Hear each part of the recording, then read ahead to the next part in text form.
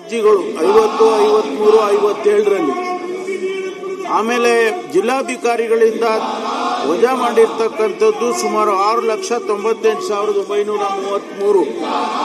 ಅದೇ ರೀತಿ ಡಿಜಿಟಲೀಕರಣ ಮಾಡಿ ಅಂತಿಮ ತೀರ್ಮಾನಕ್ಕೆ ಬಾಕಿ ಇರ್ತಕ್ಕಂಥ ಅರ್ಜಿಗಳನ್ನು ಕೂಡ ಕೊಟ್ಟಿದ್ದೇನೆ. 7,38,248. ಇದು ಪೆಂಡಿಂಗ್ ಇರ್ತಕ್ಕಂಥ ಅರ್ಜಿಗಳು ಜಿಲ್ಲಾಧಿಕಾರಿಗಳಿಂದ ಬಂದಿರತಕ್ಕಂಥದ್ದು. ಹಾಗಾಗಿ ನಾನು ಅವರಿಗೆ ಸುದೀರ್ಘವಾದ ಉತ್ತರ ಕೊಟ್ಟಿದ್ದೇನೆ. ಈ ಗೋಮಾಳದಲ್ಲಿ ಏನು 57ರಲ್ಲಿ ಮಂಜೂರು ಮಾಡತಕ್ಕಂಥದ್ದಿದೆ, ತಿರಸ್ಕಾರ ಮಾಡಿದ್ದಾರೆ. 3 ಬಾರಿ 2001ರಲ್ಲಿ ವಜಾ ಮಾಡಿ ಮತ್ತು 2021ರಲ್ಲಿ 3 ಬಾರಿ ಅದು ತಿರಸ್ಕಾರ ಆಗಿದೆ ಸುಪ್ರೀಂ ಕೋರ್ಟ್ನಲ್ಲಿ. ಆದ್ರಿಂದ ಅದನ್ನ ಮಾಡೋದಕ್ಕೆ ಬರೋದಿಲ್ಲ. ಮಿಕ್ಕ ಏನೆಲ್ಲ ಕೆಲವು ಸಲಹೆಗಳು ಕೊಟ್ಟಿದ್ದಾರೆ ಅವ್ರ ಜೊತೆಯಲ್ಲಿ ನಾನು ಚರ್ಚೆ ಮಾಡಿ ತೀರ್ಮಾನ ತಗೊಳ್ತೀನಿ.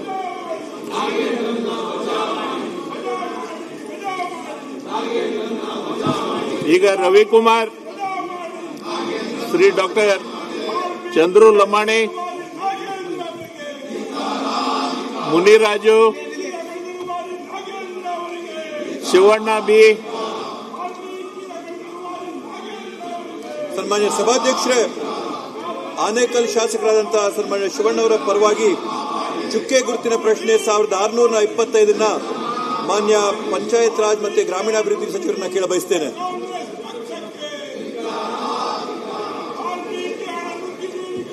ಖಂಡ್ರೆ ಅವರೇ, ಖಂಡ್ರೆ. ಅರ್ಜಿಗಳು 50, 53, 57ರಲ್ಲಿ. ಆಮೇಲೆ ಜಿಲ್ಲಾಧಿಕಾರಿಗಳಿಂದ ವಜಾ ಮಾಡಿರ್ತಕ್ಕಂಥದ್ದು ಸುಮಾರು 6,98,933. ಅದೇ ರೀತಿ ಡಿಜಿಟಲೀಕರಣ ಮಾಡಿ ಅಂತಿಮ ತೀರ್ಮಾನಕ್ಕೆ ಬಾಕಿ ಇರ್ತಕ್ಕಂಥ ಅರ್ಜಿಗಳನ್ನು ಕೂಡ ಕೊಟ್ಟಿದ್ದೇನೆ. 7,38,248. ಇದು ಪೆಂಡಿಂಗ್ ಇರ್ತಕ್ಕಂಥ ಅರ್ಜಿಗಳು ಜಿಲ್ಲಾಧಿಕಾರಿಗಳಿಂದ ಬಂದಿರತಕ್ಕಂಥದ್ದು. ಹಾಗಾಗಿ ನಾನು ಅವರಿಗೆ ಸುದೀರ್ಘವಾದ ಉತ್ತರ ಕೊಟ್ಟಿದ್ದೇನೆ.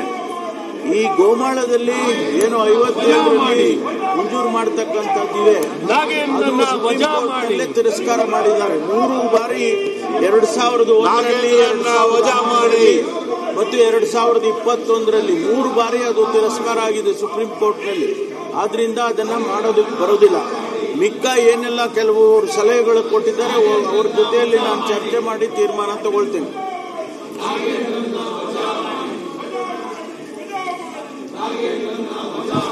ಈಗ ರವಿಕುಮಾರ್, ಶ್ರೀ ಡಾಕ್ಟರ್ ಚಂದ್ರು ಲಮಾಣಿ, ಮುನಿರಾಜು, ಶಿವಣ್ಣ ಬಿ. ಸನ್ಮಾನ್ಯ ಸಭಾಧ್ಯಕ್ಷರೇ, ಆನೇಕಲ್ ಶಾಸಕರಾದಂತಹ ಸನ್ಮಾನ್ಯ ಶಿವಣ್ಣವರ ಪರವಾಗಿ ಚುಕ್ಕೆ ಗುರುತಿನ ಪ್ರಶ್ನೆ 1625ನ್ನ ಮಾನ್ಯ ಪಂಚಾಯತ್ ರಾಜ್ ಮತ್ತು ಗ್ರಾಮೀಣಾಭಿವೃದ್ಧಿ ಸಚಿವರನ್ನ ಕೇಳ ಬಯಸ್ತೇನೆ.